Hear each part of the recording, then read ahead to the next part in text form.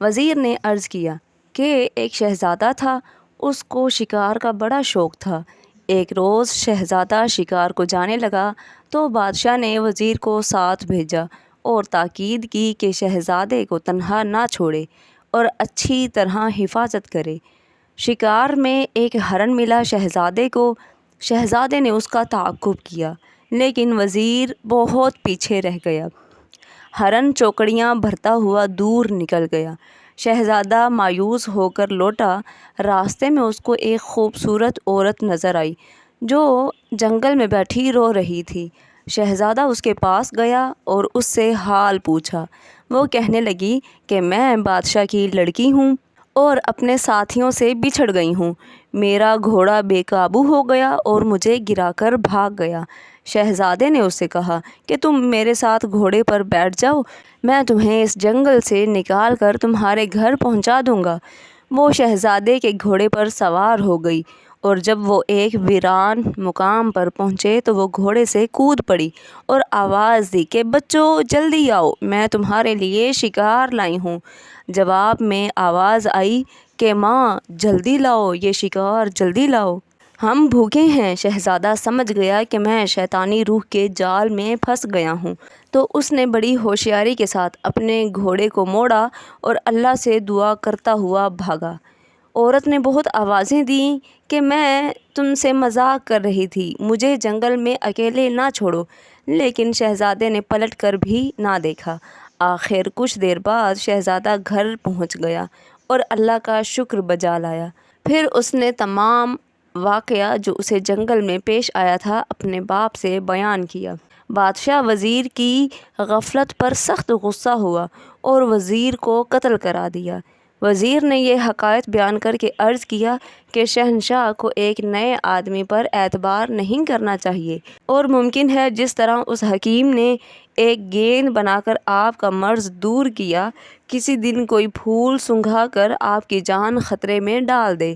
بادشاہ وزیر کے اس فکرے میں آ گیا اور فیصلہ کیا کہ اس حکیم کو قتل کر دینا چاہیے۔ چنانچہ اس نے دربار میں اس حکیم کو طلب کیا اور کہنے لگا، مجھے معلوم ہوا ہے کہ تم کسی دوسرے آدمی کے جاسوس ہو اور میری جان لینے آئے ہو، اس لیے میں تمہیں قتل کرا دینا چاہتا ہوں۔ حکیم نے ہاتھ جوڑ کر عرض کی کہ بادشاہ سلامت کو اختیار ہے کہ وہ میری جان بخش دے یا مجھے قتل کر دے، لیکن میرا کوئی قصور نہیں ہے۔ اگر خدا نخواستہ مجھے حضور سے کوئی دشمنی ہوتی تو جب میں حضور کا علاج کر رہا تھا اسی وقت بادشاہ کو نقصان پہنچا دیتا۔ اہل دربار نے بھی سفارش کی کہ آج تک ہم نے حکیم صاحب کی کوئی غلط حرکت نہیں دیکھی، لیکن اس حاسد وزیر نے ایسی آگ نہیں لگائی تھی جو آسانی سے بجھ جاتی۔ بادشاہ نہ مانا۔ آخر حکیم کو جب یقین ہو گیا کہ بادشاہ اب قتل کیے بغیر باز نہیں آئے گا تو پھر وہ عرض کرنے لگا کہ میرے پاس ایک کتاب ہے جو آخری تحفے کے طور پر آپ کو پیش کرنا چاہتا ہوں۔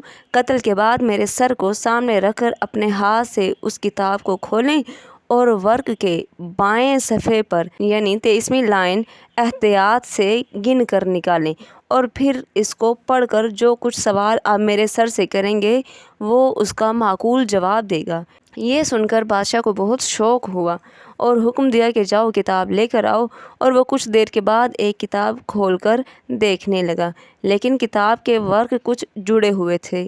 بادشاہ نے انگلی کو ہونٹوں پر لگا کر ورق الٹنے شروع کیے۔ ابھی چند ہی ورق الٹے تھے، حکیم کتاب کے ہر ورق پر زہر لگا کر لایا تھا جو بادشاہ کے جسم میں اثر کر گیا اور بادشاہ کی حالت خراب ہونے لگی۔ اس وقت حکیم نے عرض کیا کہ آپ بلا وجہ مجھے قتل کرنا چاہتے تھے، اس لیے میں کتاب پر زہر لگا کر آیا ہوں۔ ماہی گیر نے یہ قصہ بیان کر کے جن سے کہا کہ اگر تو بھی بلا وجہ میرے قتل کا ارادہ نہ کرتا تو دوبارہ اس مصیبت میں مبتلا نہ ہوتا۔ تو نے اپنے محسن کو قتل کرنے کا ارادہ کیا، اس کا انجام تیرے سامنے ہے۔ اب میں پھر تجھے دریا میں ڈالوں گا اور کوشش کروں گا کہ دریا کے درمیان میں پھینکوں تاکہ کوئی بندہ غلطی سے تجھے نکال کر مصیبت میں گرفتار نہ ہو۔ جن یہ سن کر گھبرا گیا اور منت سے کہنے لگا میں خدا کی قسم کھا کر کہتا ہوں تم سے دغا نہیں کروں گا، تو مجھے معاف کر دے۔ ماہی گیر نے کہا کہ تیرا کیا اعتبار کہ ایک بار اس قید سے باہر نکل کر پھر جو چاہے تو کر سکتا ہے، میں اپنے اور دوسروں کے لیے تجھے چھوڑ کر کیوں خطرہ پیدا کروں؟ جن نے پھر خدا کی قسم اور حضرت سلیمان علیہ السلام کی قسم کھائی اور وعدہ کیا میں تجھے مالا مال کر دوں گا۔ آخر ماہی گیر کو جن کی قسم کا یقین آ گیا اور اس نے گھڑے کا منہ کھول دیا۔ جن باہر آیا اور گھڑے کو اٹھا کر دریا میں پھینک دیا۔ یہ دیکھ کر ماہی گیر ڈر گیا۔ جب جن نے یہ حالت دیکھی تو کہا کہ خوف نہ کر، اب میں تیرے ساتھ کوئی برائی نہیں کروں گا، جلد اٹھ کر میرے ساتھ آ۔ آگے آگے جن اور پیچھے پیچھے ماہی گیر چلنے لگا۔ کچھ دیر بعد پہاڑ پر پہنچے، وہاں ایک خوبصورت تالاب تھا۔ اس کے کنارے پر کھڑے ہو کر جن نے کہا کہ اس میں ایک بار جال ڈال اور جو مچھلیاں تمہارے ہاتھ لگیں وہ بادشاہ کے حضور پیش کر، وہاں سے تم کو بہت انعام ملے گا، اور بہت سے بندے جو بہت دکھی ہیں، مصیبت میں گرفتار ہیں، وہ نجات پا جائیں گے۔ یہ کہہ کر جن غائب ہو گیا۔ ماہی گیر نے جال ڈالا تو اس میں 4 رنگ کی مچھلیاں آئیں۔ بادشاہ نے ماہی گیر کو بہت کچھ انعام دیا اور مچھلیاں باورچی خانے میں گئیں۔